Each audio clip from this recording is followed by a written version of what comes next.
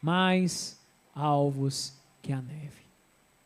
Santo Deus, nós somos gratos nessa noite pela oportunidade que temos de mais uma vez ofertar a Ti a nossa adoração, o nosso louvor e a nossa consagração.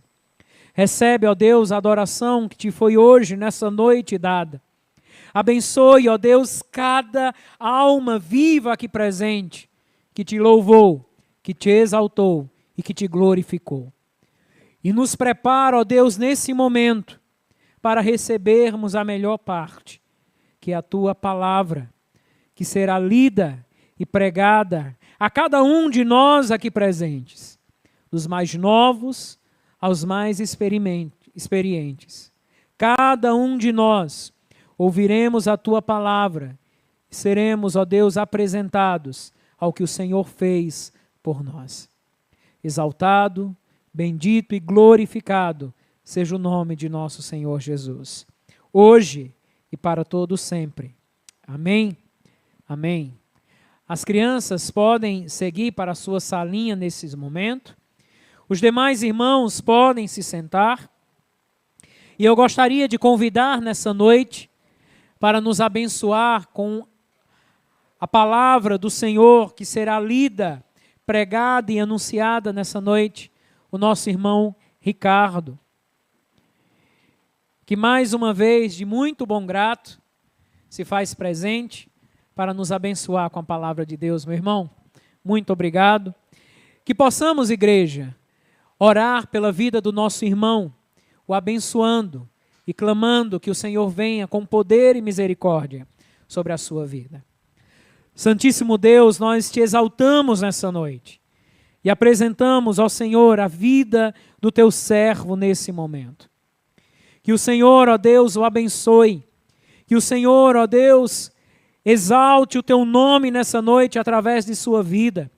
E que o Senhor, ó Deus, o glorifique, tenha misericórdia dele, o colocando, ó Deus, atrás da Tua cruz e usando-o como instrumento do Senhor para iluminar as nossas vidas nessa noite. Também abençoa os nossos ouvidos, abençoa os ouvidos da igreja, para que ao ouvir a Tua palavra, possam ser impactados, transformados pela pregação e o anúncio da palavra de Deus. Ser com Teu servo, ser conosco, em nome de Jesus. Amém? Louvado seja o nosso Senhor. Obrigado. Obrigado, meu irmão, que agradeço.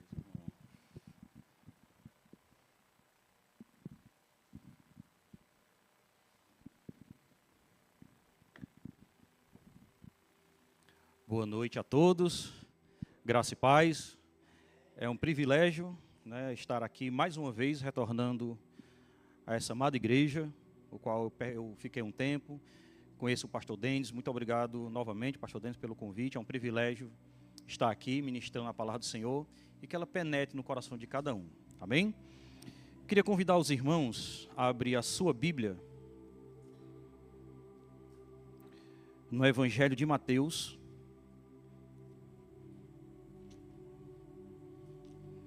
capítulo 24.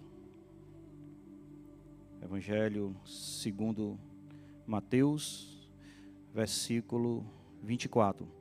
A minha versão é Almeida Revista Atualizada. Eu estou com duas versões, né? Mas a pregação vai ser baseada na Almeida Revista Atualizada. Mateus, capítulo 24. Vamos ler os versículos do 1 ao 14 apenas.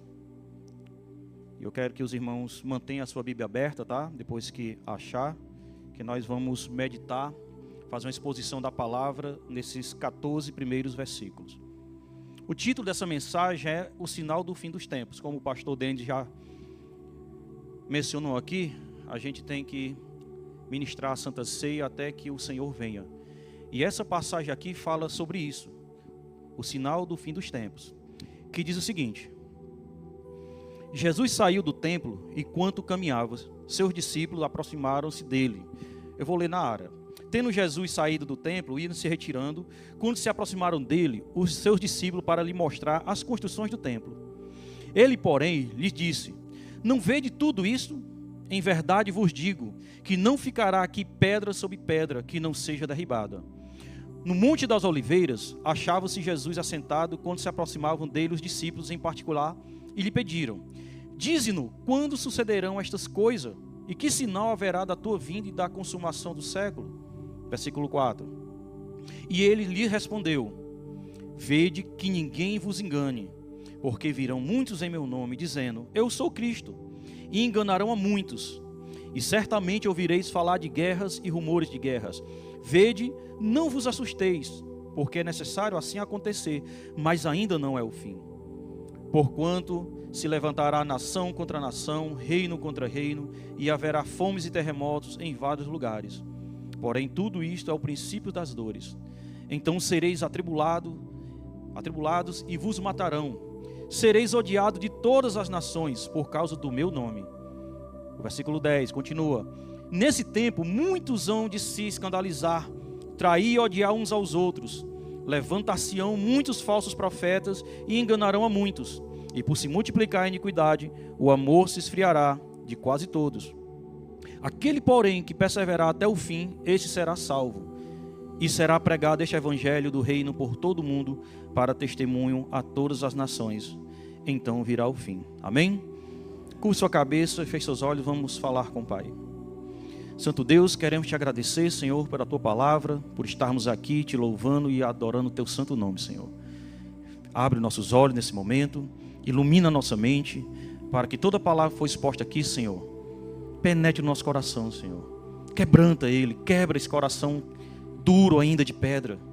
Que o Senhor nos refaça, nos molde segundo o teu Filho, Senhor. Que faça nos parecer cada vez mais. E que essa palavra não seja uma palavra para nos atormentar, Senhor, e sim para nos encher de esperança, porque a tua palavra é viva, ela é cheia de esperança, ela é cheia de confiança, e é toda a verdade que contém, Senhor, no universo. Fica conosco nesse momento. É assim que nós oramos e te pedimos, em nome de Jesus. Amém. Amém. Irmãos, Mateus capítulo 24 é um dos capítulos mais conhecidos do sermão de Jesus. É um dos últimos 5 capítulos, um dos últimos grandes sermões pregados de Jesus nesse capítulo aqui. Jesus fala também em outros evangelhos, fala em Marcos capítulo 13 e Lucas capítulo 21 sobre o fim dos tempos. Mas Mateus aqui, ele dá ênfase nesses sinais aqui. Nele, Jesus responde uma pergunta a seus discípulos, como os irmãos puderam ver aí no versículo 3. A passagem de Mateus de 1 a 13 fala sobre os primeiros sinais do fim e nos exorta a esperança e vigilância. O tema da nossa mensagem de hoje é os sinais do fim e a perseverança dos santos. Como a gente deve perseverar quando vier esses sinais? Os irmãos que estão acompanhando as notícias, os noticiários, a internet, guerras, rumores de guerra. A guerra contra a Rússia e a Ucrânia já dura 2 anos e alguma coisa. Ultimamente tivemos Israel sendo atacado pelo Hamas, depois pelo Líbano, depois pelo Irã, e nessas semanas vimos também pela Síria. E os Estados Unidos também vieram defender. Quando os Estados Unidos entram numa guerra, é capaz de eclodir uma grande guerra que seja mundial, assim como foi a primeira, de 1914 a 18, e a segunda, de 39 a 45, no século 20. Mas pela misericórdia de Deus, ainda não chegou a esse patamar. A passagem de Mateus fala dos primeiros sinais do fim e nos exorta à vigilância e à perseverança dos santos. Como nós temos que, a nossa atitude, em meio a toda essa turbulência. Jesus nos adverte que o período antes de seu retorno será marcado por tribulações, mas também de grandes oportunidades para a gente manifestar nossa fé. Muitas pessoas estão vendo esses noticiários aqui, passam na televisão, nos seus celulares, estão atordoadas, estão aflitas. Por que será? Porque a vida delas não está firmada na palavra, será isso? Porque a Bíblia diz quais são os sinais para que Jesus volte. E para o crente, esses sinais devem ser encarados como esperança, como uma maravilha. Ora, Maranata, vem Senhor Jesus. Para o crente, esses sinais não é para a gente ficar atormentado, com medo. É sim para a gente agir com perseverança, com humildade, a gente dobrar o nosso joelho e dizer: Jesus, se for a tua vontade, que tenha. essa terceira e última guerra. Porque se houver, irmãos, uma terceira guerra mundial, será com bombas nucleares. Não restará muita coisa desse mundo, não. Na primeira e na segunda foram apenas com mísseis normais, pólvora, alguns elementos químicos. Mas se houver a terceira guerra mundial, a quarta guerra, como diz Einstein, será com paus e pedras.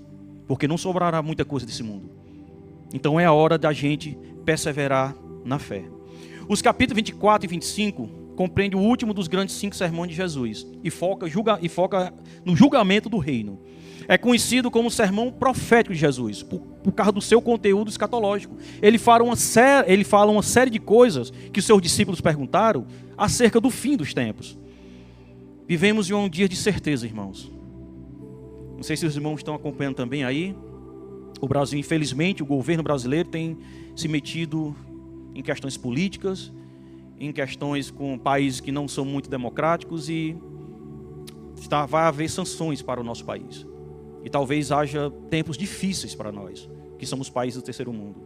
Se já está sendo difícil para aquelas pessoas que são classe média alta, viver nesse mundo, insegurança, violência, preço das coisas, inflação, quanto mais aquelas pessoas que são classe média baixa e pobres. Nós oramos para que seja apenas um sinal e para que Jesus conforte essas pessoas, principalmente aquelas que não estão firmadas na palavra do Senhor. Se você conhece alguém que não tem essa fé que você tem, evangelize, fala de Cristo para ela, acalme o coração dela. É a nossa obrigação como cristão falar dessas maravilhas que nós estamos presenciando aqui, Santa Ceia, louvores, palavra, comunhão, oração. Muitas pessoas estão aflitas aí, sem ter coragem de vir à igreja, sem ter coragem de vir a Cristo. Seja um instrumento de Deus na vida dessa pessoa, porque tempos ruins virão. A Bíblia nos exorta e não nos deixa ignorantes com relação ao fim dos tempos. Ele não deixou a palavra dele para que nós meditássemos nela. Mas infelizmente, pelas nossas falhas, pela nossa correria do dia a dia, pelas nossas prioridades, muitas vezes a gente não prioriza o nosso devocional matinal ou durante o dia. Acontece as coisas aí, as pessoas ficamos aflitas de coração, ficamos ansiosas e muitas vezes deprimidas. Jesus, em seu sermão profético, deixou sinais claros e orientações para os seus seguidores. Esta mensagem nos convida a uma reflexão profunda sobre como devemos viver diante da iminência do fim. O contexto atual da igreja.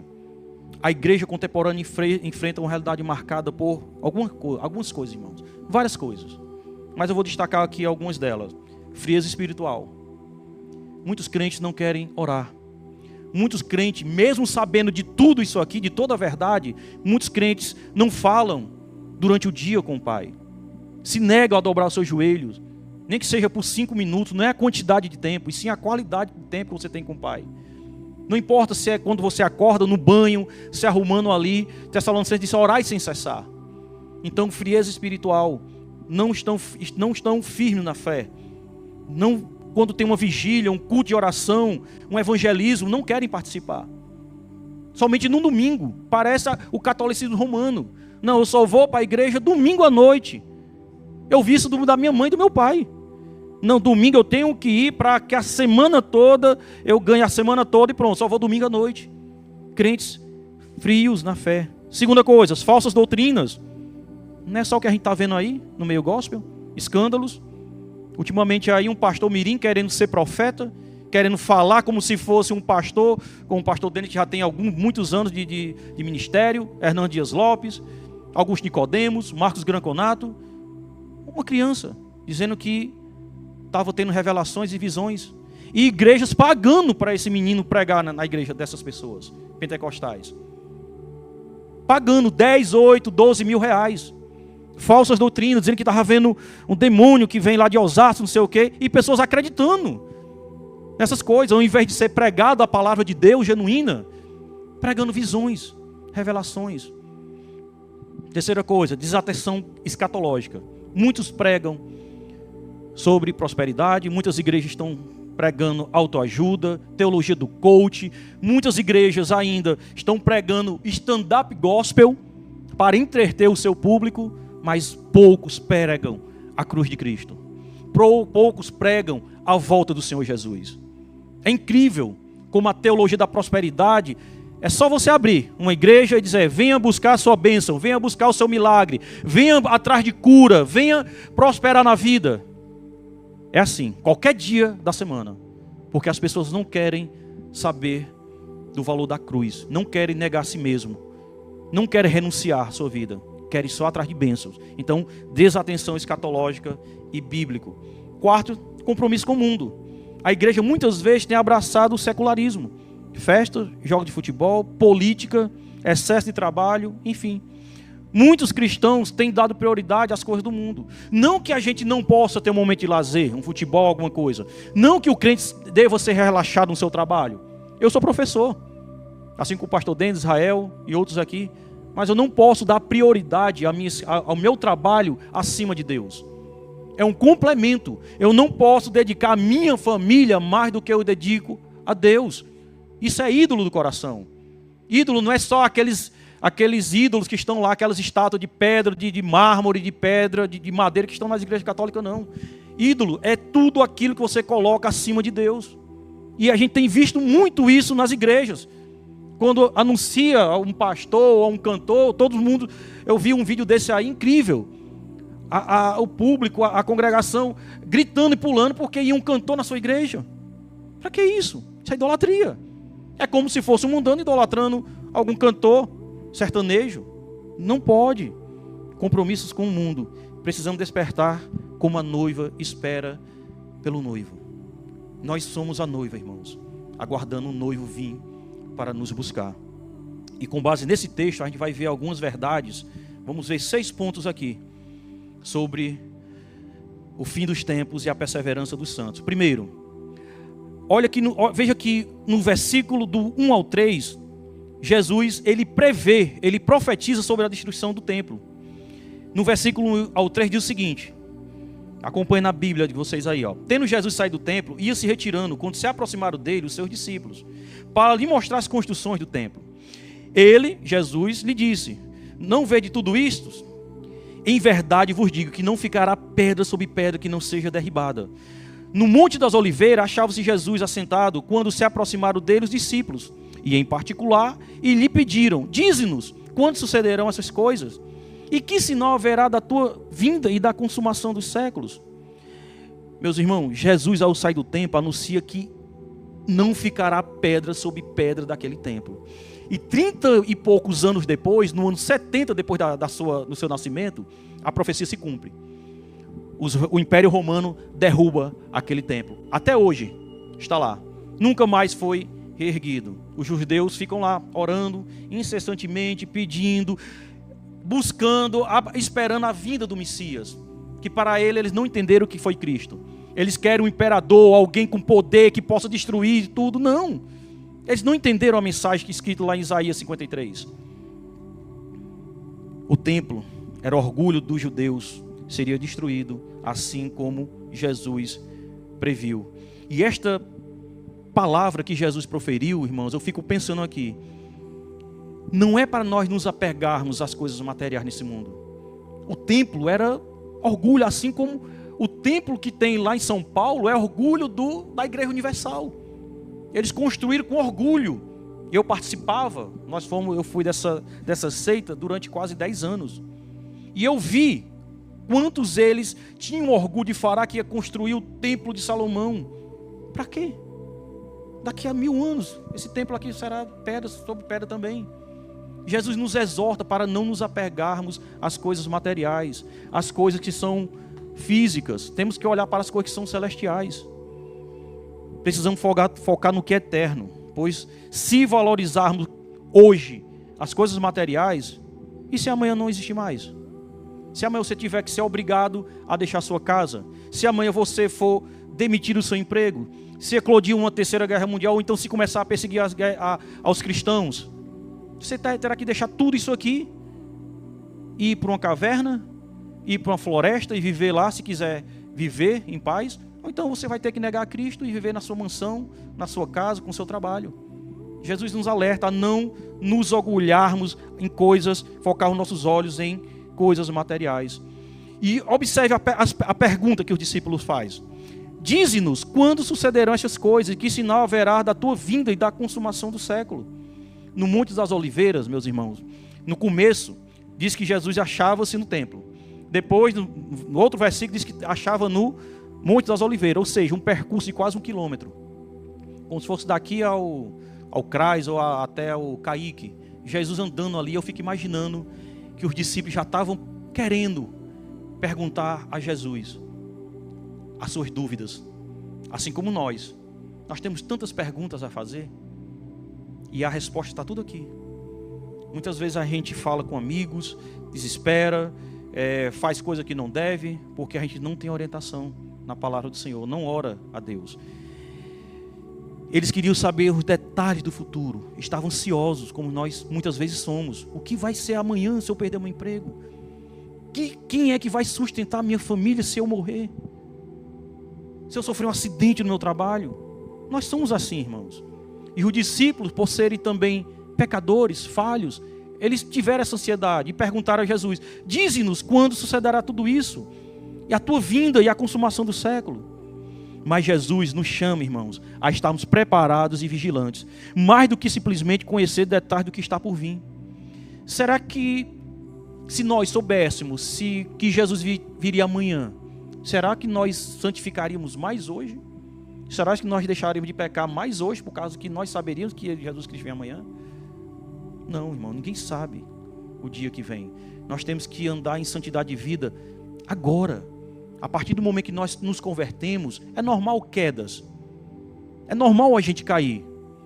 Muitos crentes, quando se convertem e tentam caminhar no Evangelho, muitos deles caem. Muitos deles se desviam. Muitos deles se voltam para a antiga vida. Isso é normal. Nós somos falhos. Nós viemos da queda, irmãos.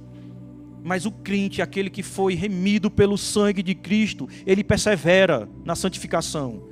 Ele sabe que o sangue de Cristo não foi derramado em vão. Aquela cruz, aquele sangue que ele verteu na cruz, naqueles pregos lá, não foi em vão. Imediatamente quando nós pecamos, nós temos que nos ajoelhar e chorar pelos nossos pecados. E pedir perdão a Deus. E seguir em frente. Primeiro sinal, primeiro dos acontecimentos que Jesus fala é enganos religiosos. No versículo 5, aí os irmãos podem acompanhar. Muitos falsos cristos surgirão. Jesus adverte sobre o surgimento de falsos mestres enganadores que viriam para desviar os fiéis. Isso acontece muito, irmãos. Gente saindo de igreja congregacional, batista, assembleia, presbiteriana, para ir para essas igrejas que estão pregando coisas que não estão na Bíblia. Por desconhecer a verdade, eles vão para essas igrejas em busca de algo em troca. É uma pessoa que é mercadejante, que não estão lá por causa da salvação, por causa da santidade, estão lá porque querem barganhar com Deus. Eu quero fazer voto, eu quero fazer sacrifício, mas eu quero alguma coisa de Deus. Então Jesus nos adverte: muitos falsos cristos surgirão, muitos seriam enganados, muitos, não todos, especialmente em tempo de incerteza e de crise. Se os irmãos não lembram da pandemia, vai fazer 6 anos já, incrível, né? Em 2019, 2020, um falso profeta que tem um programa público dizendo que iria curar vendendo um caroço de feijão se fosse dado uma oferta de R$1.000. Foi possível o Ministério Público entrar em ação para retirar esse vídeo. Mas quantas pessoas não caíram nesse falso engano, nesse falso ensino? Um caroço de feijão, você vai ficar curado, você vai ficar blindado. Onde é que está isso na palavra de Deus, irmãos? Engano religioso, falsos profetas. Devemos estar atentos, irmão. Teste à luz da palavra. Tudo que você ouvir de alguém, teste à luz das Escrituras, para saber o que aquele profeta, aquele pastor, aquele missionário está falando é verdade. Muitas vezes a gente não somos crentes bereanos, como Paulo até elogiou. Temos que testar tudo à luz do Evangelho. O que está falando? Será que é verdade? Será que aquele pastor que eu sigo ali no YouTube, eu gosto de ouvir, será que tudo que ele prega é verdade? Ou você só ouve, absorve e diz amém, glória a Deus? Esse é o engano, essa é a falha da igreja contemporânea hoje. Não devemos ser seduzidos por promessas vazias ou doutrinas falsas. Segundo acontecimento que Cristo fala aí no versículo 6, guerras e rumores de guerra. Olha o que é que o versículo 6 diz. E certamente ouvireis falar de guerras e rumores de guerra. É o que a gente está ouvindo. Guerras que já está tendo aí entre a Ucrânia e a Rússia há 2, 3 anos, e rumores de guerra. Vede, não vos assusteis. Não se assustem, irmãos. Não aflijam o vosso coração. É uma ordem de Cristo. Não vos assusteis, porque é necessário assim acontecer, mas ainda não é o fim. Jesus fala sobre guerras e conflitos que ocorreriam, mas ele lembra aos discípulos que ainda não seria o fim. O mundo sempre esteve, irmãos, em tumulto. Sempre esteve com o Império Romano, com o Império Egípcio, com o Império Grego, sempre esteve em tumulto, com a Primeira e Segunda Guerra Mundial, no século XX, com a Guerra Fria, mas isso aí apenas são guerras e rumores de guerras. Nós temos que ficar atento para o que Jesus diz: não vos assusteis, porque é necessário que assim aconteça, mas ainda não é o fim. Imagine aí que isso aqui não é o pior que está para acontecer. É o nosso Senhor que está dizendo isso. Devemos confiar em Deus em meio às crises, irmãos. O versículo 7, outro acontecimento, ele fala aí. Ele fala em fome, guerras, terremotos e desastres naturais. Ou seja, questões sociais e naturais.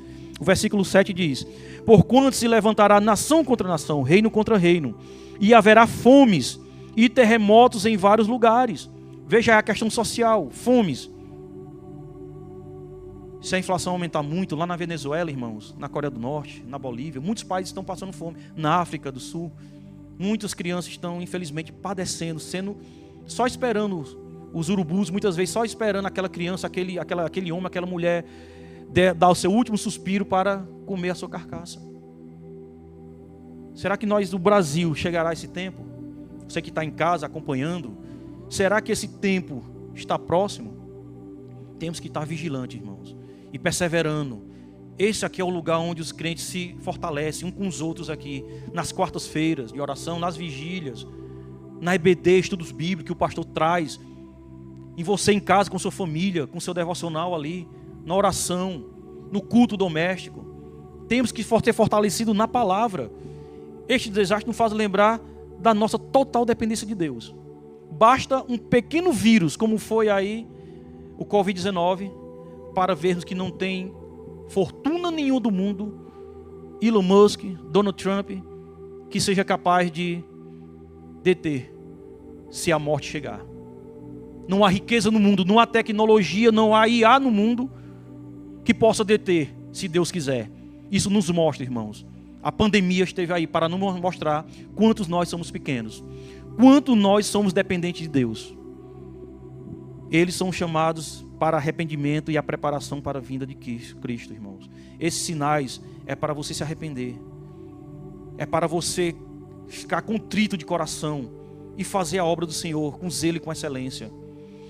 Quarto acontecimento aí, o início das dores, versículo 8. Porém, isto é o princípio das dores. Jesus compara, irmãos, esse tempo que vai acontecer como uma mulher estando grávida, que quando está no seu 9º mês ali, ou está perto de ganhar, as contrações vêm. E essas dores, é tudo isso, esses acontecimentos que a terra vai passar. Mas isso só nos mostra que depois dessas dores, haverá uma nova vida, assim como no parto. Depois que a mulher, depois dos 9 meses naturalmente, depois daquelas dores ali, daquela aflição, nascerá uma nova vida. Então Jesus nos adverte que, porém, tudo isto é o princípio, é o início das dores. Assim como as dores de parto apontam para a vinda de uma nova vida, os sinais apontam para o retorno de Cristo e o começo de um novo tempo. Isto é motivo de alegria para nós.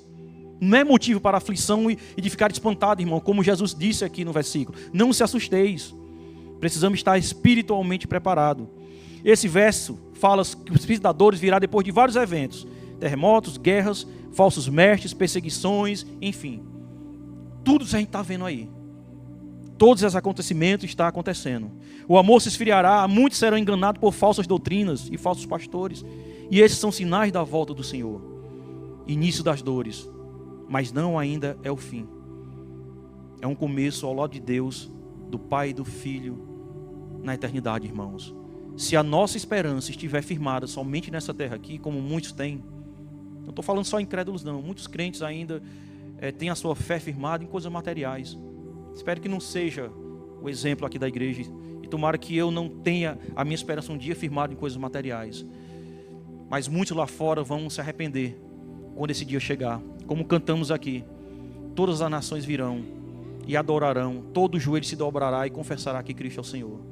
Aqueles que zombaram do Evangelho, aqueles que negaram, cuspiram em muitos pastores, em muitos missionários, debocharam, vão ficar antônitos. Esses sim, vão ficar antônitos de tanta glória que será na vinda de Cristo. Aqui vem o chamado ao discernimento, não se assustar, mas vigiar. Vigiar como uma sentinela, irmão, como aquele nosso colega está ali fora. Ele está atento ali. Nós estamos aqui e estamos tranquilos, por quê? Porque o nosso colega está lá fora, vigiando. Se chegar alguém estranho, ele já fica de prontidão ali. O crente também, irmãos, tem que vigiar todos os dias. Se fazer um exame, um autoexame, como é que está a minha caminhada cristã? Será que eu estou me santificando? Será que eu estou lendo a palavra todos os dias? Será que eu estou orando como deveria orar? Como um filho fala com o pai? Será que eu estou fazendo as coisas certas, como Cristo me disse que era para fazer? Será que eu sou realmente um imitador de Cristo? Como Paulo disse que era? Paulo disse, sede meus imitadores, assim como eu sou de Cristo. Ele tinha autoridade para dizer, para imitá-lo. Será que nós temos essa autoridade, irmãos? De dar o nosso testemunho para quem está lá fora? Para imitar nós, como nós somos de Cristo? Terceira coisa, terceiro sinal, está nos versículos 9 a 10. A perseguição aos verdadeiros cristãos. Versículo 9 e 10 diz o seguinte: então sereis atribulados e vos matarão. Serei odiado de todas as nações por causa do meu nome. Nesse tempo, muitos se hão de se escandalizar, trair e odiar uns aos outros. Veja aí como os tempos vão piorando. Muitas pessoas vão se escandalizar, por quê? Porque irão de trair e odiar uns aos outros. Não basta apenas vigiar, irmão, tem que suportar a cruz. Será que nesse dia aí da perseguição você vai negar a Cristo? Vai fugir? Ou se for pego, fugir sim, né? Quem quer morrer facilmente? Não, você como os cristãos da igreja primitiva. Se dispersaram, pregando o evangelho por todos os lugares. Mas será que quando esses cristãos foram pegos, eles negaram a Cristo? Não, eles preferiram morrer. Porque ninguém morre por uma mentira. Eles saberiam se negassem a Cristo ali, eles estariam negando a verdade. E a maioria daqueles cristãos ali preferiram ter suas cabeças degoladas, morrer pendurado num madeiro lá queimado para servir de poste, de iluminação para o Império Romano, do que negar ao Senhor Jesus Cristo. Quando vier atrás de cada um, teremos que ser fortes para resistir às pressões de negar ao Senhor. Serão dias difíceis, irmão, como diz aqui. Então sereis atribulados, torturados. Muitos serão odiados de todas as nações. Não adianta você fugir para os Estados Unidos, que é um país muito cristão hoje, porque lá vai acontecer isso também. Não adianta fugir para a Alemanha, porque lá vai estar acontecendo isso também. As torturas físicas e psicológicas serão manifestadas nesse dia. Muitas pessoas se negam a pregar Cristo ao mundo, quando nesse dia serão obrigados a negá-los. Muitos cristãos se negam a evangelizar, a pregar a Cristo Jesus. E nesse dia, irmãos, seremos forçados, obrigados a negar o Senhor Jesus Cristo. E muitos cristãos têm sido omissos nessa ordenança de Cristo: ide e pregai a toda criatura até os confins da terra. Seja que por desânimo, por covardia, por desconhecimento às vezes bíblico. Muitas pessoas não querem evangelizar porque não sabem falar o que é que eu vou falar, ou por falta de convicção. Tem uma seita, né, uma denominação que para a igreja reformada é considerado seita por causa do que eles pregam. Eles não têm vergonha de sair domingo de manhã, sábado à tarde, qualquer hora, porque eles têm convicção do que eles pregam. Eles negam a Cristo, eles negam a Trindade, eles negam que Cristo é Deus Filho, é apenas um Deus menor, mas estão aí pregando. Se faça sol ou faça chuva, estão lá nos seus cantinhos, lá com sua literatura, apenas ali esperando alguém chegar até eles para eles apresentar o que eles acreditam. E nós que detemos a verdade, porque nós estamos firmados na palavra, será que nós temos medo Será que essa fraqueza está penetrada na igreja reformada de hoje no Brasil? Se é por medo, irmãos, nesse dia você será obrigado a negar Jesus. Não é nem pregar não, porque se você pregar, você vai ter a cabeça cortada mesmo, vai ser preso. Você vai ser obrigado a negar a Cristo. Muitas pessoas acham fardo a pregar Jesus. Ninguém morre por uma mentira, mas muitos vivem por elas. Muitos pregam mentiras. O seu castigo, o nosso castigo, irmão, lá no céu, na eternidade, haverá galardões. Será que nós podemos chegar lá no céu e dizer: Senhor, eu preguei a tua palavra, eu fui um servo fiel, eu não tive medo, não fui omisso em pregar a tua palavra? Nos nossos amigos ali, temos que pregar para os nossos amigos, nossos relacionamentos. É importante essa evangelização. Mas é muito cômodo, às vezes os nossos amigos, os nossos relacionamentos se acabam, a nossa família ali é finita. E aquela pessoa que está lá na prostituição, no alcoolismo, nas drogas, nas praças, os eleitos de Deus, assim como o ladrão da cruz, que foi pregado ao lado de Cristo lá, eram eleitos de Deus. E aquelas pessoas marginalizadas, muitas vezes não têm coragem de chegar a um ambiente santo, de louvor a Deus por causa da luz, porque estão vivendo em trevas. Será que a gente não vai ter coragem de pregar para essas pessoas? Ou só pela nossa família, pelos nossos amigos? Infelizmente, muitos dos nossos amigos familiares não vão entrar no reino do céu, porque vão negar a Cristo, como aquele outro ladrão na cruz. Enquanto um creu em Cristo, o outro negou. Isso representa a humanidade. Muitos vão negar e muitos vão crer. Nós não sabemos onde estão os eleitos de Deus. Não tem um sinal na testa, não é a aparência das pessoas que vai dizer quem é convertido, quem é eleito de Deus. Nós, como igreja, temos que ter essa missão. Pregar para membros da igreja é de certa forma fácil, irmãos. Te dar um estudo bíblico num lugar seguro, mas naquele lugar que é uma zona que sai da sua zona de conforto. Será que você teria coragem de pregar para essas pessoas? E nesse tempo aqui, irmãos, a nossa fé será testada. A nossa fé será testada, assim como Jó foi testada a fé dele. Jó perdeu filhos, bens, saúde, só não perdeu a vida. Ainda teve os amigos e a mulher ainda para estar julgando ele ali, acusando de pecado oculto. Mas em nenhum momento ele blasfemou. Será que nós teremos essa mesma fé como Jó teve e muitos heróis da fé na palavra do Senhor? Ser cristão, especialmente nos últimos tempos, trará sofrimento. A vida cristã nem sempre será fácil. Precisamos estar preparados para enfrentar perseguições, sabendo que o nosso sofrimento é parte de seguir a Cristo. Quer ser realmente um homem de Deus, uma mulher de Deus, irmãos? Estejam preparados para sofrer. Estejam preparados para o sofrimento. Muitas pessoas, basta aparecer uma brisa leve, que muitas pessoas caem, desviam, não querem saber mais de Deus, não querem mais saber da igreja, não querem mais saber da obra do Senhor. Estejam preparados para o sofrimento, irmãos. Porque nesses dias, muitas pessoas serão separadas, o joio e o trigo. O joio também ora, irmãos. Como eu estava vendo uma frase, eu esqueci quem foi o autor dessa frase. O joio também ora. O joio também canta louvores. O joio também prega. Mas aí no final dos tempos é que veremos qual será realmente a igreja do Senhor. Precisamos estar preparados para enfrentar perseguições, sabendo que o nosso sofrimento é parte de seguir a Cristo. E muitas pessoas se dizem: por que eu sofro? Não é porque o sofrimento vem para pessoas boas. Cristo sofreu, irmão. O sofrimento que Cristo sofreu é inigualável, porque Ele carregou uma nuvem de todos os pecados da humanidade, todos os nossos pecados. Todos os nossos pecados Jesus Cristo carregou ali nas costas. Além do sofrimento físico, teve ainda o sofrimento espiritual. Nenhum ser humano seria capaz de suportar a tamanha dor, a aflição espiritual.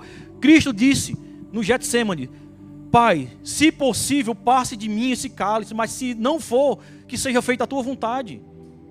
Tamanho sofrimento que Ele viu que ia ser, carregar os pecados de toda a humanidade, de todo o ser humano. Ódio ao nome de Jesus. Serão odiados de todas as nações, o versículo 9. Crentes abandonando a fé. Aqui fala da apostasia, não de pessoas mundanas, mas sim de pessoas, de membros da igreja. Quem apostata da fé não é pessoas de fora, é pessoas que estão no meio da igreja. Parecia ser crente, arrotava santidade, era nem crente nem frio. A apostasia, irmão, vai acontecer com pessoas dentro da igreja. Não é pessoas mundanas, não. São pessoas que vão dizer que tudo que eles ouviram aqui, jogar no lixo. Isso é que vai acontecer. E essas mesmas pessoas vai dizer aqui, ó, o contexto do versículo é de dentro para fora. Olha o versículo 10. Nesse tempo, muitos hão de se escandalizar. Aí, vírgula, por quê? Trair e odiar uns aos outros. Esse uns aos outros aqui, irmãos, é pessoas dentro da igreja, traindo uns aos outros, odiando uns aos outros, não tendo amor um para com o outro. Isso aqui é de dentro da igreja. Isso é uma advertência séria, para que nem todos perseverarão até o fim. Escândalos entre os irmãos, traições internas, inveja, sentimento de competições, fofocas, mentiras, contendas serão marca de escândalos. Está dizendo aqui, muitos hão de se escandalizar. Trair existem várias coisas, mentira, fofoca, competição, ciúmes, inveja. Cultura anticristã, crescimento da intolerância cristã. Se vocês verem na Europa, o que está acontecendo na Alemanha e na França, irmão, não é brincadeira. O avanço do islamismo, irmãos.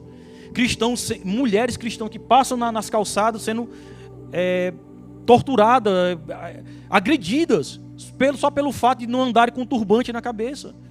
Eles têm convicções do que eles acreditam no Alcorão. Eles acreditam, eles são tão radicais que até muitos deles carregam bomba para matar centenas de inocentes, de cristãos de preferência. Eles têm convicções do que eles pregam. O desafio da fidelidade, irmãos, permanecer firme em meio a tempos difíceis, ser resiliente, não esmorecer. A comunhão fortalecida pela perseguição, como o Atos dos Apóstolos. Porque a igreja perseverou naquele tempo, irmãos? Porque que diz que eles cresciam em oração, na casa, repartindo pão uns dos outros aqui. Reforcem, irmãos, os cultos domiciliares.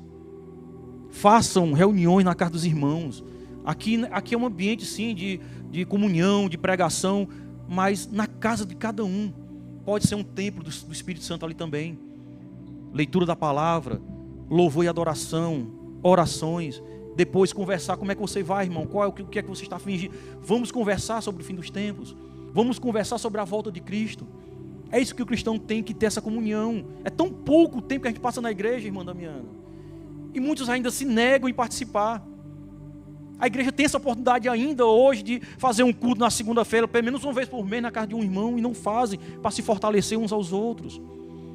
A comunhão fortalecida pela perseguição. Será que vamos fazer isso quando começar a perseguição, irmãos? Como foi lá em Atos 2? Lá eles não sabiam dessas palavras aqui, não tinha a Bíblia reunida aqui como nós temos hoje. Estavam meio de trevas, meio de dúvidas, mas sabia que o Cristo que morreu, ele ressuscitou. Por isso que eles não negaram a fé deles. Quarto sinal da vinda de Cristo do final dos tempos. Está lá no versículo 11 e 12. A ação dos falsos profetas.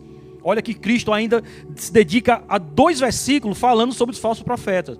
Olha o que aqui diz o versículo 11 e 12.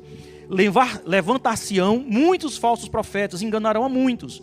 E por se multiplicar a iniquidade, o amor se esfriará de quase todos. Falsas doutrinas proliferando no nosso meio. Eu já falei aqui, irmãos. Teologia da prosperidade, teologia da autoajuda, teologia do coaching, teologia que dizia, se Deus escreve a sua história, você tem a borracha na mão para apagar, reescrever a sua história. A teologia do coaching. E esses falsos profetas estão aí pregando, estão escrevendo livros. Muitos cristãos fazem seus devocionais, porque é uma coisa bonita. Deus escreve uma história, eu, um pecador, um ser falho, um ser caído, posso reescrever a minha história, irmãos. Falsas doutrinas sendo proliferado pelo mundo afora, na igreja evangélica. Não é na igreja católica. É na igreja evangélica, cristã. Confusão espiritual generalizada. Muitos sendo enganados, levando por todo o vento de doutrina. Por quê? Porque não estão sendo firmados na palavra. Não estão alicerçados sobre as escrituras, irmãos. É só o que o profeta, o falso profeta ouve, o que ele viu, o que foi revelado a ele. Teste na palavra de Deus se aquilo ali é verdade. o amor se esfriando. Versículo 12. E por se multiplicar a iniquidade, o amor se esfriará de quase todos. É só você ver a internet hoje. Alguém sofre um acidente ou morre ali, atentamente está alguém lá para filmar um desastre. Aquela pessoa pedindo ajuda, em vez de ligar para 193 ou pedir ajuda ou socorrer, está lá filmando. Frieza, irmãos, um para com o outro. Relativismo moral e espiritual, tudo é aceitável, exceto a verdade. Muitos se sentem ofendidos e machucados quando ouvem uma exortação bíblica. Muitos só querem ouvir coisas do céu, consolo espiritual, uma pregação sobre os eleitos de Deus. Se sai dessa linha, não, isso aí não é de Deus, isso aí eu não gostei, o padre, não, isso aí, não, essa igreja não serve mais para mim. Isso aí, não, eu vou procurar outro pastor aí que fale da maravilha de Deus, que se eu ouvir alguma coisa, Deus vai me dar. Se eu tocar numa coisa, Ele vai me dar, porque Ele não é um Deus mão fechada, mão de vaca, Ele vai ter que me dar. Ele vai ter que realizar meus sonhos. É esse tipo de pregação que estão atraindo milhares e milhões de crentes por aí. Necessidade de fundamento bíblico, irmão. Combater o engano com a verdade, com a palavra de Deus. Talvez muitos não vão ao evangelismo por falta de profundidade bíblica, teologia e intimidade com Deus. Como é que eu posso falar de matemática se eu não conheço a matemática? Como é que Denis vai falar de química se ele não conhece a química orgânica, a fisicoquímica? Como é que Israel vai dar aula de genética se ele não sabe biologia? Muitas pessoas se negam a pregar Cristo por causa de convicção, de fundamento na palavra do Senhor. Não tem que ser um teólogo, não tem que cursar uma faculdade de teologia, irmãos. Basta a palavra do Senhor, porque naquele tempo não tinha faculdade de teologia, não. Tinha os ensinamentos da Torá, do Antigo Testamento, judeus. Mas na igreja, em Atos 2, tinha somente a graça do Senhor. Somente os ensinamentos dos apóstolos ali. Discernimento espiritual renovado, clamar por sabedoria e vigilância, irmãos. Jesus prevê o surgimento de falsos profetas e o aumento da maldade do mundo, que esfriará o amor de muitos. Graças a Deus, não é de todos, é de muitos, o amor se esfriará. A iniquidade será tão prevalecente que muitos deixarão de amar a Deus e ao próximo. Vai deixar de cumprir os 2 mandamentos. Amar a Deus sobre todas as coisas e amar o seu próximo a ti mesmo. Se é que muitos estão fazendo isso. Pensando só em bem materiais. Eu quero isso para mim. É minha família. É meu emprego. E o irmãozinho que está necessitando na igreja, não quer nem saber. Às vezes nem sabe. A igreja às vezes é uma igreja relativamente grande ou pequena, tanto faz. Aquele irmãozinho que está passando necessidade, muitas vezes sai da igreja sem ninguém saber um ao outro. Falta de amor ao próximo. Devemos nos proteger do esfriamento espiritual, irmãos. Mantendo nosso coração sensível à palavra de Deus e fortalecendo no amor por Ele e pelos outros. Devemos estar atentos. Será que nós chegamos a esse patamar? Não é só na Santa Ceia que nós devemos fazer uma autoanálise, não, irmãos. É todos os dias. Claro que na Santa Ceia devemos nos examinar como a palavra diz. Mas o cristão tem que fazer um autoexame todos os dias. Sondar como é que está a minha vida de oração, como é que está o meu amor ao próximo. Será que eu feri?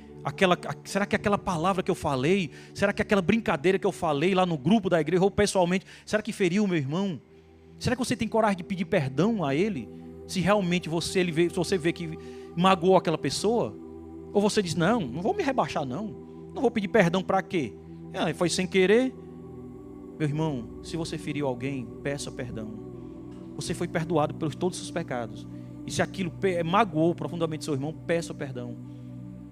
Seja humilde que nem Cristo foi aqui na terra. Devemos imitar Cristo. Mas fulano não faz, e daí? Nós não somos seguidores de homens. Somos seguidores de Cristo, discípulos de Cristo. O homem falha. Cristo nunca falha. O aumento da maldade não pode ser desculpa para nos afastar da fé. Nunca. O aumento da iniquidade, o aumento da maldade, aumento fulano e tal, a criancinha de 5 anos era da igreja lá, porque Deus deixou fazer aquilo ali. A pessoa vai e sai fora da igreja, não quer mais saber, porque acha que tudo é culpa de igreja, de Deus, mas vem a responsabilidade humana. Tudo tem um propósito, irmão. O sofrimento aqui, tudo tem um propósito. Quinta coisa, nós estamos caminhando para o fim, viu, irmãos? Está lá no versículo 13, o chamado à perseverança. Olha o que é que o versículo 13 diz para nós. Aquele, porém, que perseverar até o fim, esse será salvo. Jesus termina essa sessão aqui com uma promessa: aquele que perseverar até o fim será salvo. A perseverança é uma marca fundamental da igreja cristã, assim como a santificação. A perseverança é uma das grandes marcas de um cristão. Quer saber uma marca de um cristão? É a perseverança dele, é a resiliência dele, é o testemunho daquele cristão. Não que seja indício de salvação, não. Se ele está na igreja, se ele está ali tendo uma vida santa com Deus, se ele é uma pessoa humilde, uma pessoa de caráter, que transmite as verdades da palavra de Deus, é uma das marcas do cristão. É a perseverança na fé e a santificação de vida, porque nós somos testemunhos vivos do que Cristo fez na cruz. Se o nosso testemunho for ruim, for manchado, o que é que o mundanismo vai ver aí em nós? Se essa igreja aqui for motivo de escândalos, o que é que essa vizinhança aqui vai pensar do corpo de Cristo? Essa igreja aí desses crentes, vou não, olha o que está acontecendo lá. Olha que pedra de tropeço a gente pode ser na vida daqueles que estão precisando ouvir uma palavra, daquelas pessoas que muito estão sendo afligidas pelos pecados lá fora, e muitas pessoas não vêm por causa desses escândalos aí que tem nessas igrejas. Roubalheira, falsos ensinos. Aí muitas pessoas confundem todas as igrejas reformadas com neopentecostais e pentecostais, por causa dos testemunhos ruins dessas denominações. O chamado de Jesus é para que não desanimemos, mas continuemos firmes na fé, mesmo em meio às dificuldades e perseguições. A perseverança do crente não é só quando está indo bem não, irmãos. Quando está tudo bem, quando eu estou com meu salário em dia, quando eu estou com saúde, quando eu estou com tudo bem na minha família, ok. E quando vir as tempestades da vida? Aí eu vou negar a Cristo? Aí eu vou desanimar na fé? Não vou fazer a obra com excelência? Eu vou sair da igreja? A salvação é prometida àqueles que, apesar do desafio, permanecem fiéis. Aquele, porém, que perseverar ao fim será salvo. Aqui não é para salvação, irmãos. Está falando aqui do sofrimento que nós vamos ter nesses dias. É das aflições. É da humilhação que nós vamos sofrer. Nós podemos ser enfiados lá num calabouço, numa cadeia lá, com gente que matou, que torturou, que estuprou. Só por nós crermos no Evangelho. Só por nós estarmos pregando. Nesses dias aqui, está dizendo aqui, aquele, porém, que perseverar até o fim, esse será salvo. Está falando dos sofrimentos que virão. Perseverar não é opcional, é a marca do salvo. Aqui não está se referindo da salvação, e sim do sofrimento. A fé em tempos de pressão, irmãos. Provações revela quem nós somos. Assim como revelou quem era Jó. Perdeu tudo, irmãos. Imagina aí, você ter 10 caixões na sua casa ali, junto com seus escravos, junto com seus animais ali, você perder tudo. E mesmo assim, ser perseverante na fé. Perdeu a sua doença, disse que tumores vinham sobre o seu corpo. Mas Deus retribuiu em dobro tudo o que ele tinha. Porque ele era um homem fiel e temente a Deus. E nesse tempo, irmãos, não se esqueça, nós teremos a força do Espírito Santo para estar conosco. Quando nós formos levados aos tribunais, o Espírito Santo irá dizer o que nós vamos falar. Ele será o nosso advogado. Nós não devemos temer se esse dia chegar. E quando esse dia chegar, o Espírito Santo está conosco, estará sempre, até a consumação dos fins dos séculos, como Cristo prometeu. Comunhão e apoio mútuo. A igreja como um lugar de encorajamento e fortaleza espiritual nos dias de perseguição. Se fortaleça, irmãos. Crie esse vínculo. Tenha meditação na palavra todos os dias. Vai ter culto de vigília na quinta-feira. Isso é motivo para você se preparar na segunda já. Nossa, vai ter vigília de oração, louvor, coisa maravilhosa. Vamos ouvir uma palavra. Que palavra será que o pastor vai ministrar? Ou o irmão que vai ministrar? Você tem que ter essa ânsia pela palavra de Deus, assim como a corça suspira pelas águas. Mas muitos crentes, quando tem uma vigília de oração, tem uma conferência, desanima, não vou, porque domingo eu já fui, quarta-feira também. Não, deixe para lá. E quando esses dias ruins chegarem, irmãos, nem o domingo vai ter. Esse lugar aqui vai levar todo mundo preso nesse dia aqui, se estiverem aqui adorando ao Senhor. Sexta e última coisa, irmãos, olha aí como a mensagem do Evangelho, esse sermão profético, escatológico de Jesus é muito forte. A última missão da igreja vai ser a pregação do Evangelho, irmãos. Olha como Jesus Cristo é infinitamente sábio. Versículo 14 ele diz: e será pregado este evangelho do reino por todo o mundo, para testemunho a todas as nações, e então virá o fim. A pregação do evangelho está ordenado a nós cristãos, não é aos islâmicos, não são aos espíritas, não são aos ubandistas. Somos nós cristãos que confiam no Senhor Jesus Cristo, que fomos salvos pela graça, favor imerecido. O versículo 14, revela a última missão na igreja aqui na terra. E será pregado este evangelho do reino por todo mundo. E quem irá pregar, irmãos, se não for a igreja? E não está restrito somente aos jovens, só aos pastores, não. E será pregado todo o evangelho. Crianças, jovens, adultos, velhos, idosos, cadeirantes, enfim, todos terão que pregar o evangelho quando vierem os tempos do fim. Muitos têm coragem de falar de política, de futebol, relacionamento, novelas, filmes, e etc, etc, etc. Mas quando vai falar de Cristo, daquele friozinho na barriga. Por que será, irmãos? Isso é uma coisa tão convicta que nós temos cristãos. A reforma protestante veio para fazer uma reforma. Nós éramos refém daquela religião tradicional. Graças a Deus nós hoje estamos aqui livres demais de adorar, prostrar, de fazer indulgência. Temos a palavra como nosso manual de regra e prática. E muitas vezes a gente não segue as ordens do Pai, nós que somos filhos. Não é necessário ser um orador nato, ou ter uma belíssima dicção para anunciar as boas novas da salvação, não, irmãos. Uma criança, se quiser entregar um panfleto, se você tiver seu filho, eu faço isso com o Lucas e o Emanuel, às vezes quando eu vou para a evangelização. Eu peço ele para entregar os panfletos ali embaixo da casa. Eu quero que desde criança ele já seja o instrumento da evangelização, do evangelho de Deus, do reino de Deus. Ali aquela semente está sendo colocada pelas mãos dos meus filhos. Eu tenho que ensinar isso para eles. Se eu não ensinar isso para a minha família, com que autoridade eu vou ensinar para outros irmãos da igreja, outras pessoas de fora? Nenhuma. Falar da volta de Jesus, de se arrepender de seus pecados, de renunciar a si mesmo, tomar a cruz e seguir em frente. Essa é a missão da igreja. Não é apresentar apenas um Deus de amor e você vai ter a salvação no reino. Sim, tem que falar sobre a renúncia, de arrependimento de pecado, de confessar que somos pecadores, somos falhos, e que Cristo, aquele Redentor que virá um dia, irá julgar cada um aqui. Peça para aquela pessoa julgar a si mesmo. Nós não estamos aqui para julgar ninguém. O que é que você fez na vida? Isso aí não. Não, peça para aquela pessoa fazer um autoexame, como foi feito agora na Expocrato, né? A nossa igreja, a nossa congregação foi lá para Expocrato, e uma das maneiras de a pessoa evangelizar e deixava muitas pessoas ali aflitas. Se você hoje, você morresse, para onde você iria? Pelos seus, como é que não? Já faço tanta coisa errada, dizer meu nome. Então, irmão, se arrependa dos seus pecados, crê em Jesus Cristo. Isso aqui tudo aqui vai passar, esse show aqui, daqui a 50 anos, esse artista aqui não sabe nem quem é teu nome. Temos que apresentar a verdade do evangelho para essas pessoas, irmãos, que estão aflitas pelos pecados. Jesus diz: vinde a mim todos que estão cansados e eu vos aliviarei.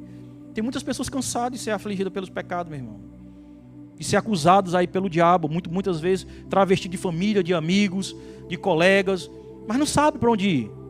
Muitas pessoas em casa ouvem essa mensagem e não sabe para onde ir. Não sabe, não tem um norte, não tem um direcionamento, não tem alguém ali para pegar na sua mão e discipulá-lo e apresentar a mensagem do evangelho, porque é difícil hoje em dia mesmo. Se você não evangelizar, outro irá no seu lugar. E não há idade para essa missão. Essa missão aqui, como está descrito aqui, e será pregado este evangelho do reino por todo o mundo, para testemunho a todas as nações. Eu que tenho que ser um bom testemunho. Damiano tem que ser bom testemunho. Todos nós aqui temos que ser bom testemunho para aquele mundo que está perdido lá fora. Evangelismo local. Aqui, no bairro mesmo. Será que esse bairro aqui conhece a congregação? Será que lá na Batista onde eu estou, será que aquela vizinhança ali, aquela comunidade conhece realmente a igreja onde eu estou? Evangelismo local, pregação mundial, testemunho a todas as nações, a tecnologia como ferramenta de evangelização. Você compartilhar uma coisa no status, o local da igreja, o Instagram da igreja, o YouTube da igreja, isso é maneira de evangelizar também, irmãos. Mas muitos ainda nem querem fazer isso. Mas se for para colocar o seu time, colocar ali o que foi campeão, colocar o seu político ali, ó, colocar coisas que você faz no seu dia a dia, para, né, se auto-vangloriar, isso é válido. Está errado, irmãos. Nem para compartilhar um link de uma mensagem bíblica, de uma mensagem do Instagram que tem as programações da igreja, muitos crentes se negam a isso, a compartilhar a participação através da ferramenta de evangelização nos grupos dos familiares, de seus colegas de trabalho. Coloque ali uma mensagem. Pode ter outra finalidade, mas de vez em quando você pode colocar lá uma mensagem ali, um link de uma programação, de alguma pregação. Não tenha vergonha não. A participação de cada crente na obra do Senhor. Todos são chamados para evangelizar, a ensinar, a pregar ou qualquer outra coisa, irmãos. Cada um com seus dons e talentos. Cada irmão aqui tem um dom de tocar, de cantar, de louvar, de pregar, de dar um estudo bíblico, de aconselhar. A obra de Deus é imparável. A obra de Deus é inesgotável, irmãos. E muitos crentes ainda preferem ficar no banco 1 tempo, 2 tempos, 3 tempos, até quando Jesus vir. Até quando Cristo vier. Quando o evangelho for pregado, então virá o fim, como diz aí o versículo 14. E será pregado este evangelho no reino por todo o mundo, para testemunho a todas as nações. Então virá o fim. E para concluir, irmão, este texto nos ensina que, embora o fim dos tempos seja marcado por grandes tribulações e crises, Jesus nos chama à vigilância e à perseverança. Esse é o título da nossa mensagem. O fim dos tempos e a perseverança dos santos. Os santos é aquele povo que é separado do mundo. Não é santos que seja sem pecado, porque só Deus é santo, santo e santo com S maiúsculo. Mas nós somos santos porque somos separados. Somos separados por excelência moral. Porque cremos no Cristo ressurreto e negamos a ser escravo do pecado e agora nós somos escravos de Cristo. Isso é santificação, isso é ser santo, a perseverança do santo. Como cristão, precisamos estar preparados para enfrentar falsos ensinos, dificuldades, sofrimento, perseguição por causa do evangelho. Devemos estar atentos também aos sinais ao redor. Olhe, acompanhe o que está acontecendo no dia a dia, irmão. Não seja aquele crente incauto não, sem saber do que acontece no mundo. Muitas vezes a gente fica nas redes sociais só vendo porcaria no TikTok, brincadeiras e, enfim, coisas avulsas. Se inscreva naqueles canais que te edificam, que preguem a palavra do Senhor, que tenham mensagens edificantes. Você pode passar meia hora, 1 hora até compartilhar, baixar um vídeo e compartilhar na igreja. Devemos estar atentos aos sinais ao nosso redor. Mais do que isso, precisamos manter o nosso coração firmes em Deus, perseverando na fé e no amor, um para com os outros aqui. Somente aqueles que perseverarem até o fim experimentarão, irmãos, a plena salvação e alegria de estar com Cristo para sempre. Você que ainda não tomou essa decisão de seguir a Cristo, deixar tudo no mundo, vocês que acompanham em casa aí pelo esse vídeo ou irão acompanhar um dia, negue-se a si mesmo. Tome a sua cruz. Não é fácil não. Não é fácil.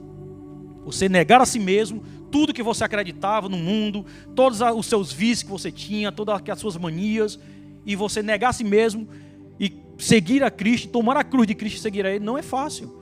Se alguém disser que é fácil vir para a igreja, vem para Cristo que é fácil, é uma mentira. É uma mentira. É difícil, irmãos. E vai ser difícil mais ainda no final dos tempos. Jesus nos deixa claro que antes do seu retorno, haverá momentos de grande dificuldade, mas Ele também nos dá esperança.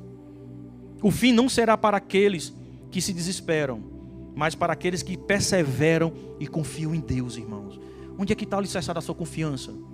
É no mundo ou na palavra de Deus? A pergunta que devemos fazer hoje é: estamos preparados para esse dia? Estamos dispostos a enfrentar aprovações por causa de Cristo? Como está em Filipenses, não basta apenas crer em Jesus Cristo, mas sim morrer por Ele, a padecer por Ele. Não é somente crer, tem que padecer por Cristo. Se mantivermos a nossa fé, seremos aqueles que herdarão o reino de Deus, irmãos. E eu trouxe aqui para finalizar algumas aplicações. Estamos vivendo os últimos dias, irmãos. Os sinais aí estão claros, como nós vimos aqui nos versículos 1 ao 14. Os sinais estão se cumprindo diante dos nossos olhos. Não é hora de medo, mas sim de vigilância e santificação. Não é tempo de desânimos, mas sim de avivamento na nossa igreja, ao nosso redor. Como igreja, precisamos estar firmes e perseverar e cumprir a nossa missão aqui na terra. Amém? O que é que você tem feito por Cristo, irmãos? Será que o que Ele fez na cruz por nós, será que o que nós estamos fazendo é suficiente, irmãos? Será que é suficiente mesmo que nós estamos fazendo? Vindo só aos domingos, às quarta-feiras, adorar o Senhor e voltar para nossos lares? Ou será que temos mais para doar? Será que temos mais saliva e suor e até sangue, quem sabe, para dar para aquele que perdoou os nossos pecados, pregado numa cruz ali, humilhado, e ao terceiro dia ressuscitou, para que Deus assumisse lá ali, reconhecesse aquele sacrifício vivo ali. Que nós possamos, irmãos, sondar o nosso coração e refletir: o que mais eu posso fazer para o Senhor antes da sua vida? Feche seus olhos e curva sua cabeça. Vamos falar com Deus nesse momento. Senhor Deus, queremos te agradecer, Senhor, pelo teu sacrifício na cruz. Queremos te agradecer, Senhor, pela maravilhosa graça chegada até nós, Senhor. Queremos te pedir também, Senhor, para que o Senhor não apague a chama daquele primeiro amor que nós tivemos, Senhor, quando demos de encontro, Senhor, com a tua palavra, com a tua maravilhosa graça, Senhor, que muitas vezes a gente choramos, nós ficamos pasmos, Senhor, por as doutrinas da graça contidas na tua palavra, mas que ao longo do tempo pode ter ocasionado um esfriamento na fé, pode ter ocasionado uma dispersão, um desvio, queda, Senhor. Mas nos anima, Senhor, nos dá resiliência, nos dá perseverança, Senhor. Aumenta a nossa fé, Senhor, porque não vem de nós, é dom do Senhor. Que o Senhor possa nos direcionar, iluminar nossa mente, para que a nossa igreja, a nossa comunidade seja um local de avivamento, Senhor, para ser pregada a tua palavra, não só aqui, mas pelos lados de fora, Senhor. Que esses sinais aqui não sejam para nos assustar, e sim nos fazer perseverar e nos alegrar, Senhor, porque a tua vida está próxima. Senhor, oro para aqueles que estão em casa também, aflitos, que irão ver essa mensagem um dia, que não é momento para desespero, e sim para perseverança, para arrependimento, para quebrantamento e confissão de pecados, Senhor. Que aqueles que não conhecem a tua palavra, que possam ser penetrados, Senhor, pelo teu Santo Espírito agora, pela tua palavra, Senhor, e para que eles venham e provem dessa maravilhosa graça. E para aquele dia, quando o Senhor vier, Senhor, nós possamos estar preparados para subir, Senhor, aos céus, mesmo depois de passando por tantas aflições, Senhor, mesmo que possamos estar presos, encarcerados, como o apóstolo Paulo, como muitos, Senhor, padeceram na prisão, que nós possamos ser testemunha para esse mundo, que nós realmente somos de Cristo, Senhor. Aumenta a nossa fé. É assim que nós oramos, em nome do Senhor Jesus Cristo. Amém, Senhor. Amém.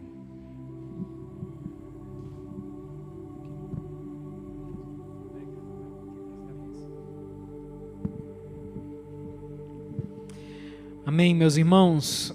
Vamos ficar de pé e encerrar esse nosso momento de culto nessa noite.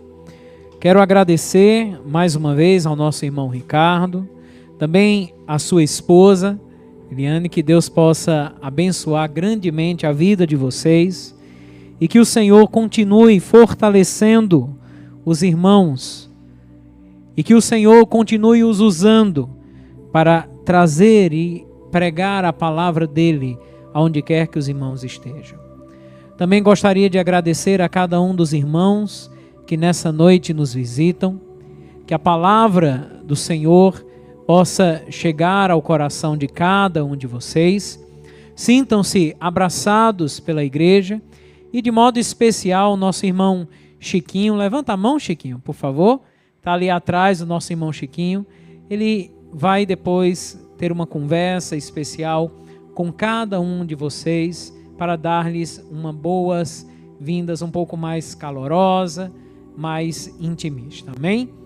No mais, gratos somos pela presença de cada um de vocês aqui nessa noite e gostaria que, ao orar, encerrando o nosso culto, também possamos estar orando pela família do nosso presbítero Israel, não é isso? Que está em viagem. Recebi a notícia que eles estão em Patos essa noite, irão passar a noite em Patos e seguirão viagem amanhã. Que possamos estar orando por eles, também orando pela saúde de seu Mário, né, seu Mário? Está um pouquinho baqueado, que o Senhor possa trazer cura sobre a vida dos irmãos e mais uma vez abençoar a vida de cada um dos irmãos, especialmente daqueles que nos visitam nessa noite. Fechemos nossos olhos e oremos. Santíssimos Deus, nós somos gratos ao Senhor, pois até aqui o Senhor nos tem sustentado. Que a Tua palavra, ó Deus, que foi lida, pregada nessa noite, penetre as nossas mentes e chegue, ó Deus, encontre morada em nossos corações. De modo, ó Deus, que ela não apenas tenha sentido, mas que ela tenha aplicação em nossas vidas. Nos ajuda, ó Deus, a viver uma vida que te exalte, que te glorifique, que bendiga o teu nome. Seja, ó Deus, com Israel, sua família, com Theo e sua família, que o Senhor os abençoe, ó Deus, na viagem a qual estão fazendo, que o Senhor os leve em paz ao seu destino e os traga, ó Deus, também poderosamente. Seja com a saúde de seu Mário e de todo e qualquer irmão que esteja, ó Deus, nesse momento enfermo, que o Senhor nos auxilie, ó Deus, e os auxilie em sua recuperação. No mais, que o Senhor nos dê uma semana em Tua presença, remoendo, ó Deus, as palavras aqui anunciadas, pensando e fazendo com que elas frutifiquem em nosso coração. Que o Senhor nos cubra com a Tua graça e nos dê uma semana em Tua presença. Que a graça do Senhor Jesus, o amor de Deus, o nosso Pai, e as consolações do Santo Espírito sejam sobre o Teu povo, sejam sobre toda a Tua igreja espalhada sobre a face da terra. Nos guarda, nos fortalece e nos desperta a cumprir o Teu chamado, a cumprir a Tua palavra, em nome de Jesus. Amém? Que Deus os abençoe a todos, meus irmãos. Meus irmãos, só um pouquinho da atenção de vocês.